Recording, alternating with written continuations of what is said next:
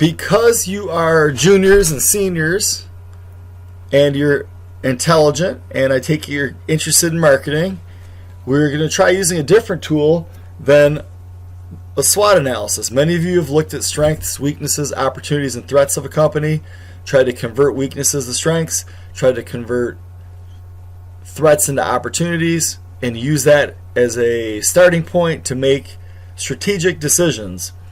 That's a good tool, but I'm finding this tool to be much more valuable, much more realistic simulation. When I talk to professors from Michigan State at seminars and business consultants, the Pestle tool is something you would actually use. The SWOT is more of a conversation starter on a lower level, and it's a good tool, but you'll see this Pestle analysis is excellent. Let's take a brief look. I'll just wing one. Uber. So they've been in the news a lot lately. The app that started out as a ride-hailing taxi cab alternative. Let's look at them, and I think you'll see from what's going on with them how this Pestle analysis has all these factors interact with one another.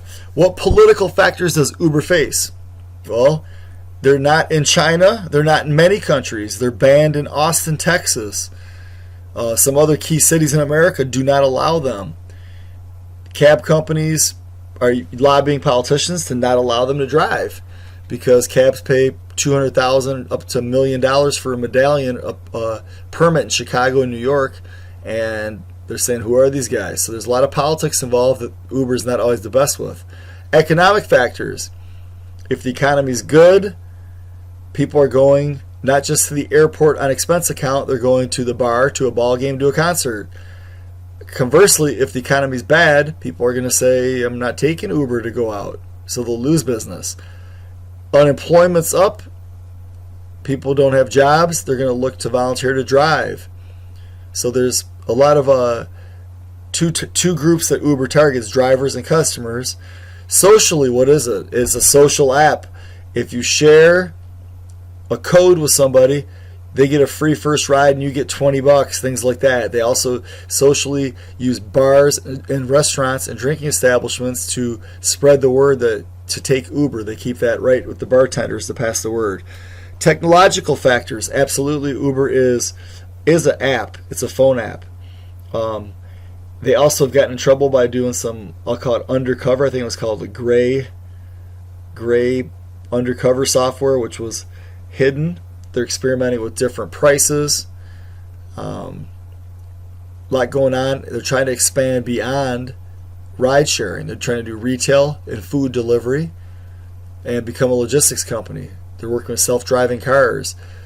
What legal factors do they have? Whoa, they're getting sued all over the place. The CEO just resigned. They've had sex harassment issues. They had a rape in India. They had a driver in Kalamazoo shoot people. Not fair. They're not really, it's not Uber. They're just mentally ill or bad people. In India, a young lady got raped. That was not an Uber issue. Anytime you have a lot of employees. But they're responsible because they're in the paper. It's PR. What other legal factors do they have? Sex harassment in the office place. Theft of technology from Google. They brought over the driverless engineer. So there's legal factors. And getting sued in different cities for not being authorized to drive. Environmental factors. They have Uber carpooling, which you could tout as a saves carbon emissions because people are sharing rides instead of everyone going the same freeway in a different car on the same freeway. So as you can tell from that example, hopefully that makes sense. All these factors, they're political and legal, economic, all of these really are intertwined when you think about them. So we're going to use that this semester. In conclusion, a Pestle analysis is the game operation, or chess. A SWOT analysis is Mr. Potato Head or checkers. I'm not sure what that means, but I think that's a good way to end. I think you'll find this tool to be something you can take with you outside this class, which is always a good thing. I'm always pleased if students come back and say, I used something at work or I led a meeting with that tool. So that's my goal with that tool. I hope that makes sense to you.